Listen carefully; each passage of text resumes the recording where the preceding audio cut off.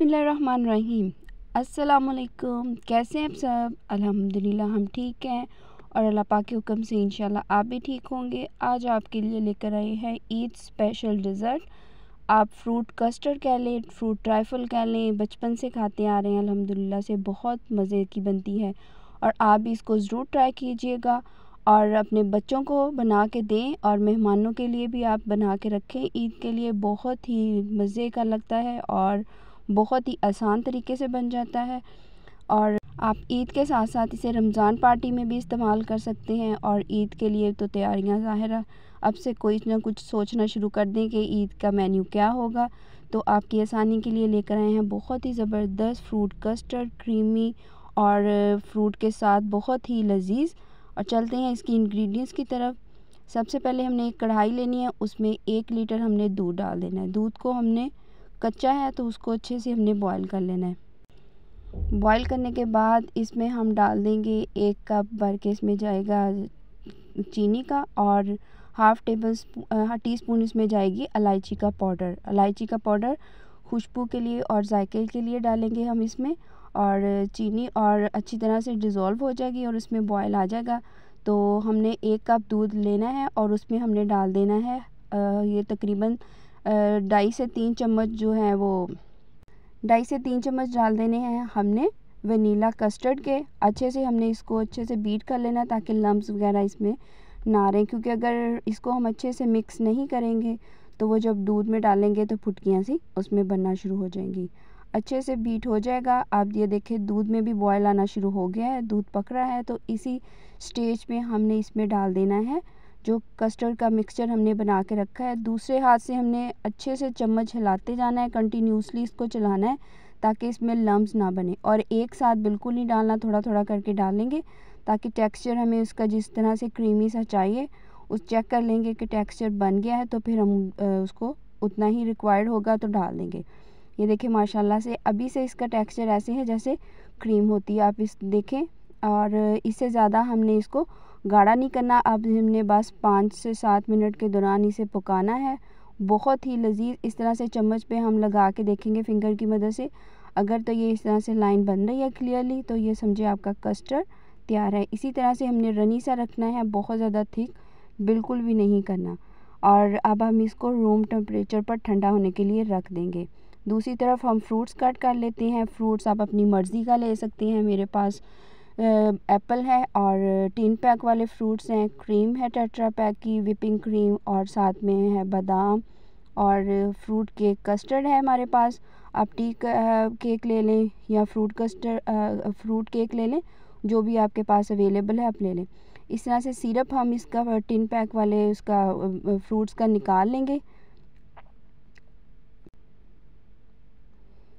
अच्छी तरह से सिरप हमने सेपरेट कर लेना है। ये सिरप आपने बिल्कुल भी ज़ाया नहीं करना। आप जब भी कोई और केक वगैरह बनाएं तो आप उसकी फ्रोस्टिंग से पहले उसको इस्तेमाल कर सकते हैं। बहुत ही ज़बरदस्त 3 पैक के अंदर जो फ्रूट्स हैं वो बच्चों को बहुत पसंद आती हैं। फ्रेश फ्रूट में भी आप बनाना एप्पल और अनार वगैरह डाल लें, लेकिन मेरे बच्चे इस तरह की चीज़ें नहीं खाते तो सो मैं इसको अपने हिसाब से ही सेट करूँगी। ये देखिए रूम टेम्परेचर पर हमने इस तरह से पानी में डाल के कढ़ाई को रख देना है और इसको अच्छे से हिलाना है आपने। और साथ में चला जाएगा इसमें ये टेट्रा पैक की क्रीम, जो व्हिपिंग क्रीम है हमने इसमें डाल लेनी है। अच्छी तरह से हम इसको कर लेंगे मिक्स। अगर थोड़ा ज़्यादा थिक है कस्टर्ड और मिक्स नहीं हो रहा तो आप इसको बीटर की मदद से भी कर सकते हैं, लेकिन माशाल्लाह से इस कदर क्रीमी टेक्सचर बना है कि मुझे इतना इसके साथ नहीं कपना पड़ा, आराम से ही वो मिक्स हो गया। अब केक हमने इस तरह से बाउल लेना है या आप कुछ भी डिश ले लें जो भी आपके पास है, उसमें आपने नीचे लेयर लगा देनी है केक की और उसके ऊपर हमने डाल देना है, पोर कर देना है कस्टर्ड को। कस्टर्ड बहुत ही मज़े का लगता है और छोटे बड़े बच्चों का, बड़ों का, सबका फेवरेट है। और इस तरह से हमने उसके ऊपर फ्रूट्स डाल देने हैं, फ्रूट की लेयर डालेंगे और साथ ही थोड़े से बादाम भी हम डाल देंगे। और 3 पैक में जो फ्रूट्स हैं, फ्रूट कॉकटेल वाला, वो भी हम इसमें डाल देंगे। और इस तरह से आप अपनी मर्ज़ी के हिसाब से उसको असेंबल कर सकते हैं। इस तरह से फिर सेकंड लेयर हम लगाएंगे कस्टर्ड की। कस्टर्ड बहुत ही ज़्यादा क्रीमी होना चाहिए, क्योंकि अगर वो ज़्यादा थिक होगा तो वो और भी ज़्यादा ठंडा होके ज़्यादा थिक हो जाएगा वो फिर बिल्कुल भी अच्छा नहीं लगेगा। ये शादियों पे हम जो कस्टर्ड खाते हैं उससे भी ज़्यादा मज़े का बनेगा। इंशाल्लाह आप दुआओं में याद रखेंगे। और दूसरी लेयर भी हमने इसी तरह से फ्रूट्स की लगा देनी है। और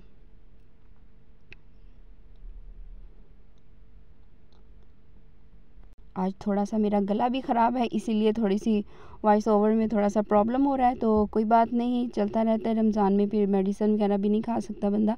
ये देखिए हमने सेकंड लेयर भी फ्रूट्स की लगा दी। ऊपर से हमने डाल दिए ढेर सारे बादाम।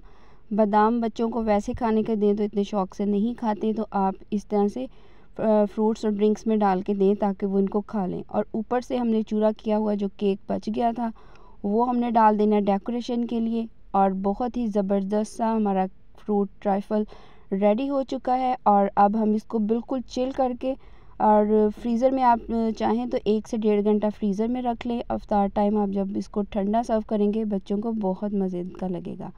और जो क्रीम थोड़ी सी बच गई थी हम ऊपर से इसको इस तरह से डेकोरेट कर दें। आपके पास पाइपिंग बैग है उससे कोई आप ले लें, या वैसे ही मैंने चम्मच के साथ थोड़ी सी ऊपर डाल दी थी। ज़रा बच्चे थोड़े से अट्रैक्ट हो जाते हैं इस तरह की चीज़ों से। इंशाल्लाह आपके लिए ईद के लिए बहुत सी रेसिपी लेके आएंगे। और आपने कमेंट्स में ज़रूर बताना है, मेरे चैनल को करना है लाइक, और कमेंट्स करना तो बिल्कुल भी मत भूलिएगा।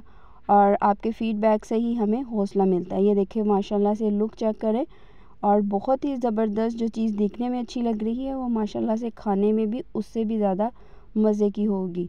और अब हम देखें फ्रीज़र से हमने निकाला है और अफ्तार का टाइम होने वाला है। मैं आपको सिर्फ जस्ट दिखाने के लिए बाउल में डाल रही हूँ। ये देखिए कैसे जैसे शादियों पे बिल्कुल क्रीमी सा कस्टर्ड बनता है वैसे ही आपको मिलेगा, बहुत मज़े का। और साथ में आप जब इसके चंक्स आएंगे फ्रूट केक के तो और भी ज़्यादा मज़े का लगेगा। आप भी इंजॉय कीजिएगा और अपने मेहमानों के लिए भी बनाएं और दुआएं समेटें। और अल्लाह पाक सबके रिज़्क में और सेहत में बरकत अता करे। और मिलेंगे इंशाल्लाह नई और अच्छी रेसिपी के साथ। तो ये था शाम का इफ्तार का मेन्यू, फ्रूट कस्टर्ड, फ्राइज़, और साथ में बनाई थी वेजिटेबल बिरयानी, और साथ में ड्रिंक था। मुख्तसर से इफ्तार इसलिए रखी गई है, थोड़े से दही भल्ले भी मैंने बनाए थे। और बच्चे फिर बहुत ज़्यादा चीज़ें खा भी नहीं सकते, तो बच्चों की जो फेवरेट डिश होती है वो वही खाना पसंद करते हैं, तो इसीलिए मैंने बिल्कुल सिंपल सा इफ्तार मेन्यू रखा है। मिलेंगे इंशाल्लाह नई और अच्छी रेसिपी के साथ। और ईद की तैयारियां सबकी कैसी जा रही हैं कमेंट्स में बताना ज़रूर कि मेरी बहनों ने अपनी तैयारी कर ली है। मिलेंगे इंशाल्लाह। अल्लाह हाफ़िज़।